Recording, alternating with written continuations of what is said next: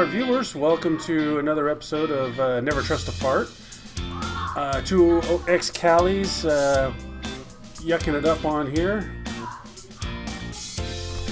Hot enough for you out there, Doug? Oh, it's 60-something degrees at the moment. Okay, you did have the heat wave over the weekend then that we had. It hit 130 degrees, the hottest recorded temperature in Death Valley since 1913. Yeah, we saw that on... We were up to 109 up here. I was starting to poop beef jerky. It was so dry and hot. Wasn't the way I wanted to have my day. So we ran out to the beach, looked at all the dead birds on the shoreline. Yeah, we had a 98% humidity, so it's like you can walk outside and rain on yourself. Just say, humidity. Why isn't it raining on you? Jeez. Yeah, it's like this a lot. That's why this is the green belt here in Oklahoma. True. Yeah, it stays green. I mean, that's the big difference between California and Oklahoma and California. Because right now everything's tan, brown, dying, dead. Yep. Well, here everything's everything's green. It's grass is growing. I had to mow my lawn. Going back to old home stuff, remember Welch Creek Road, Sunol Park, that whole area? Oh yeah, Welch Creek Road, Lover's Lookout up there. Yep. Lots of Anyway, that area is now totally engulfed in a fire. It was 0% contained last night when I read. They had to evacuate 10 homes, and it's getting pretty smoky out there. Up in Niles Canyon? No, the Sunol side. Oh, yeah. So you go up to Niles Canyon and take that little side road off to the right, Calaveras. Uh-huh. Okay, and it's going to take you just before you get to the Sunol Park. For all of you that don't know, Sunol Park is a local park outside of where Jenks and I used to live. And it is a really cute little, did I use the word cute? Really nice little park. It's in the riparian park, so it's riverside, and it's in the chaparral. So you've got oak and wild grasses and a little tiny creek going through. Little spot in there, my favorite, was called Little Yosemite. It was all granite rock and this creek flowing through it, little waterfalls and all that. It was great on a hot day to sit in that waterfall and forget to put your clothes on. Yeah, like I said, California is a beautiful state. It's just the people that mess it up. Well, I'm not going to say the people. I like the people of California for the most part. I don't like the politicians and the rules. Ain't that the truth? The overregulation. Yeah, and I got totally surprised. When I lived in California, okay, I shoot for fun. I hunt, I shoot, I kill things. Yeah, most of the targets, yeah. Yeah, exactly. I mean, I haven't blown anything apart, with any kind of meat in it in a very long time, but I have done that in the past. Yeah. When I lived in California, if I would buy a firearm, it would be a 10-day wait and a whole bunch of paperwork and just crap up the wazoo. And I was surprised as all get out when I moved up here. The first pistol that I bought, because I wanted to get my concealed carry permit, just because I had never had one before. Yeah. And my first pistol took me all of about 10 minutes to buy, right out the door. Yep. I could have also picked one up while I was buying butter, bread, and milk over at my local Winco until recently when I stopped that one. Now, how much does it cost out there? For the gun? Yeah. It's a $10, or I think it's a $10 or $20 background. I think a $10 background check. And the actual pistol? The actual pistol, I just got myself a Taurus for $239. Okay. So, Taurus is a cheap gun, so let's not rate me on that one. I usually carry Springfields, and those are up to $400, and so I don't feel like dropping $1,500 on a pistol. I'm sorry, I got other things to put my money toward. But I was totally blown away with this whole COVID thing and the lack of ammo and everybody going crazy and buying firearms because of the stuff going on. Yeah, you're back. It actually took me 3 days to get it because of the background check. I was totally blown. I felt like I was back in California. I was totally blown away. 3 days to get through a background check. It was ridiculous. Yeah. But anyway. Well, seeing if the other background would work better, but it took off my whole right shoulder, so we'll go back to this. Well, you have more shoulders than a lot of people do, so you're okay. Yeah, I had something spare. See, there it goes. Do you like my new house? We just moved in I like here that. about 10 seconds ago, or 10 minutes ago, sorry. Yeah, that big old picture that was hanging in the air there, I'm glad you got rid of it. My problem is I get rid of it. I forget to put it back up. My wife comes home. She wants to know what happened to that picture because that's an antique Japanese silk screen. Oh, yeah. And she's very, don't lose that one. And I keep on forgetting to put it back up. And she's grumbling and she has to hang it back up on the wall. And I take it off the next day. So remind me before the end of the day, if you want to have 2 people on this podcast next week, to put it back up because I don't want to die at early death. Yeah, exactly. So, yeah, I didn't know if you were back from your little vacation yet or not, so that's why I wouldn't have mind doing a week on the own. But you know what? I'm sorry. I finally got your text on that one. My texting. I love the area, but our texting and our phones and the internet is a little bit slow. Yeah. So I just found out that Lincoln got shot. So my deep apologies that I only just saw that like at 11 o'clock last night. No problem. I'm ready to go. Our vacation was great. We just took a day off and we went to the beach and I packed about 12 sandwiches and 2 kids. One kid's too tough to go to the beach. So he decided to sit back here in the 109-degree temperature and swelter. We had a grand old day. We stopped for sushi at a sustainable sushi restaurant, which is kind of weird because I like unsustainable sushi. It tastes better. So. Yeah, exactly. The fresh stuff. Yeah. Of course, out here, best we can get is freeze-dried stuff. Yeah. Well, I like this stuff. I mean, I had one a couple of weeks ago that was out of a truck stop, and it was in a half price bin during a blackout. It was pretty good. Yeah, anytime I try it at a 7-Eleven or other places like that, it always tastes like plastic or cellophane. Doesn't have. You got to stop. Don't eat the grass insert. That's what a lot of people make mistake. You got to stop at the grass part. I want to get my money's worth. Dang it! Eat the whole thing. That's it. That's exactly it. Have you ever been to extreme Northern California? Like around Crescent City? Well, I know that. But my other half grew up in Eureka, so yes, of course. So you know the Smith River? Personally, no. I'm sure she does. Oh, it is. I have to make a little call out for this river. I drove Smith through State Park. Yeah, on Highway 199.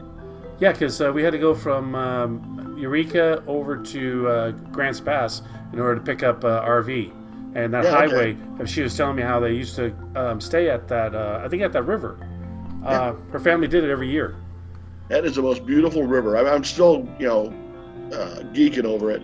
But it is crystal clear. You drive along the cliffs, and you got to watch out because you look too much and you end up in the river. But it's a nice river to crash into, I'm sure. It is so crystal clear. There's a spot over there that's looks like it's about 20 feet deep, and you can see clear to the bottom. Yeah. It was at twilight when I went through there, and you can tell, nice water. I wish I could go backpacking down there. So, But that was our weekend. Too bad you can't see the memes going on. The one I particularly like just went on. It showed a check engine light, and then a person standing in front of it going, "Yep, still there." That's kind of like me. Hey, holy mackerel, that was weird. Thanks, Cars. That was bizarre. Have you saw it on the screen? No, I didn't. All of a sudden, there's a kid jumps up. He's like giving you food. It's like you conjured some kid out of thin air. Wow, you are a magnificent Greek god. I didn't know he was there until he pushed on my shoulder. He's like, what the? Well, I'm getting used to you in your background, and I see that. And it's like, wow. So. So anyways, this is going to be edited out. This little, did you have a chance, that's what I was going to ask you, did you have a chance to see last week's film? No, unfortunately, I will take a look at them. I'm kind of swamped right now. Yeah. So I will get on them. Is it better to look at it on the, I guess on YouTube? You've already done the whole thing. Yeah, so they're on YouTube. I got to ask my wife for my password on YouTube. Oh, there you go. Also, the other news my wife is a password queen. I keep a file online here, that's local so nobody can get to it. Password protected. Yeah. Don't forget that password. That one password is the one I needed. And mine used to have the easiest password, which for me was easy, but it was the Navy speak version of a unit that I was affiliated with. Yes, I remember you challenged me to figure it out at work. Special Mode Unit 11. Yeah, it wasn't going to happen. And, it was great because nobody ever think of that one. And, of course, Wendy being the password queen that she is, that's easily compromisable. So she made me change it and put 2 letters and an ampersand and 5 dots and all this kind of stuff in front of it, and a couple of umlauts and little ugly little kids and all that. And okay, so now I got that one memorized. Now it's my password for everything. She says, no, that's not the way you want to do it. Yeah, because you get one, you get it all. It is the way I want to do it, because I'm sure there's not too many people out there in the cyber world that want to see my old emails to my doctor. But it gives other information to other things, little tidbits. But I don't put that I'm sure she does, but I don't put that information on my computer. But anyway, yeah, so I'm not worth that much for people to put that much effort into. That's kind of what I look at. So yeah. Now, mind you, I do have a password for my low security stuff and a password for the I don't want anybody to know this one. I got a few in between. So I limit myself to about 5 passwords I have to remember. Anyway, probably should get off the password talk. Yeah, before we give out too much information. Just mind you, everybody out there, we're not worth that much. In fact, you're giving my password or getting my computer, I might be able to suck something out of yours. Yeah, some comedian said, I was a victim of identity theft. My credit score went up. Exactly. That I actually talked about that the other day. It was something online to somebody, and it was funny. My father had the same name as I did. Both of us were Robert Irvin, different middle initial. But my dad, my late father, was smart enough not to use his middle initial on a lot of stuff. Mm-hmm. And I didn't realize, he told me why, but I didn't really put 2 and 2 together until after he died. He says, that way, after I die, you can still, keep up with a lot of stuff that we were doing.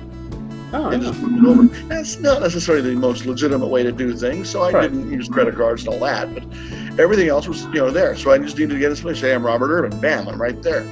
Well, when I moved into my first apartment, ages and ages and ages ago, back when Montgomery Ward was still part of our existence. Right, Monkey Ward. I, was a big boy at 19 years old, and I had myself a Montgomery Ward's credit card.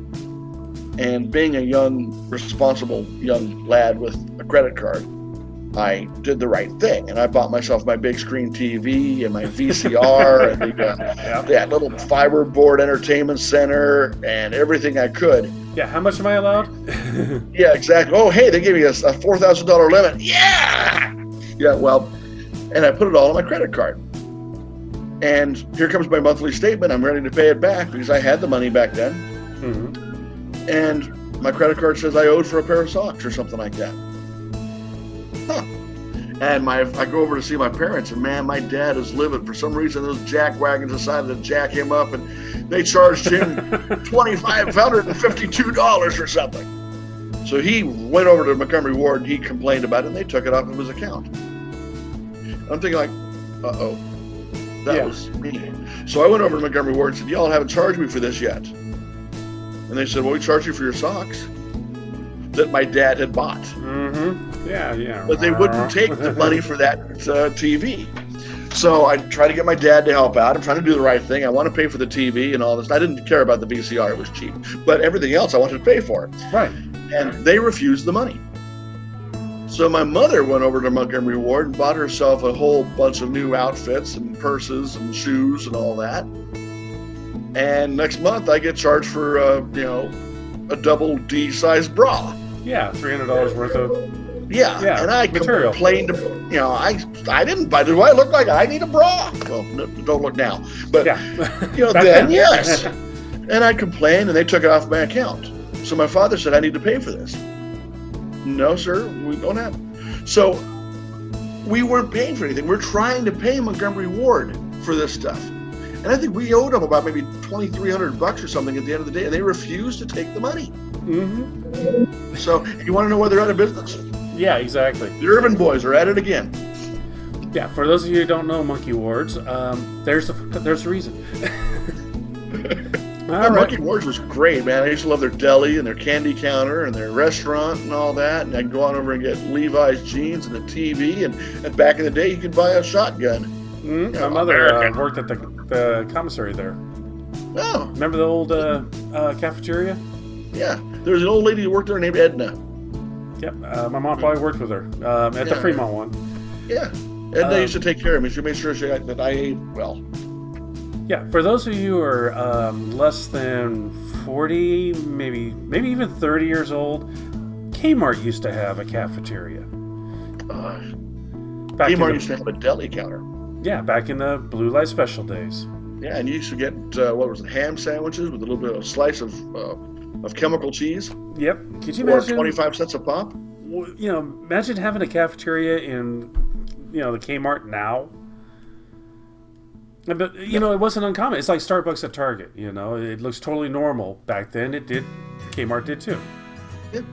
And my parents had a group of friends. That was where they'd meet for breakfast every Saturday. Mm-hmm. I believe it. And that was the thing. If you did not go, why? It was a big thing.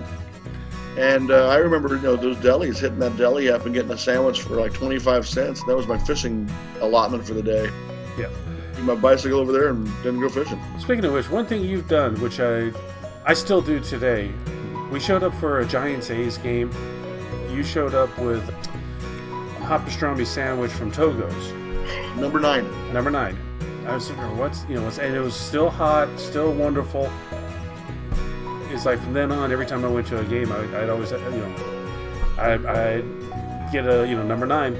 For those of you that don't know, again, we had to name this whole thing. For those of you that don't know, Togo's is a local chain of restaurants, huge sandwiches out in the Bay Area. Yeah, it actually started in San Jose.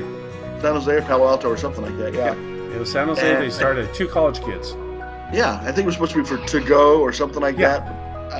But their sandwiches are fantastic, and they actually had a Togo's up here in Medford for a while. Oh wow! Until they closed it down. So I was able to go in there a couple of times and still get my number 9. Speaking of which, like I'm in Oklahoma, and I've been craving In-N-Out for a while here. I got one right up the street. Damn you! So I can drive up there and tell you what it tastes like. Have the grease dripping down my face. Oh, you would. You have 5 Guys, though, don't you? And Whataburger? Yep. I've never wanted 5 Guys in my mouth, but okay. Oh, I had to go there.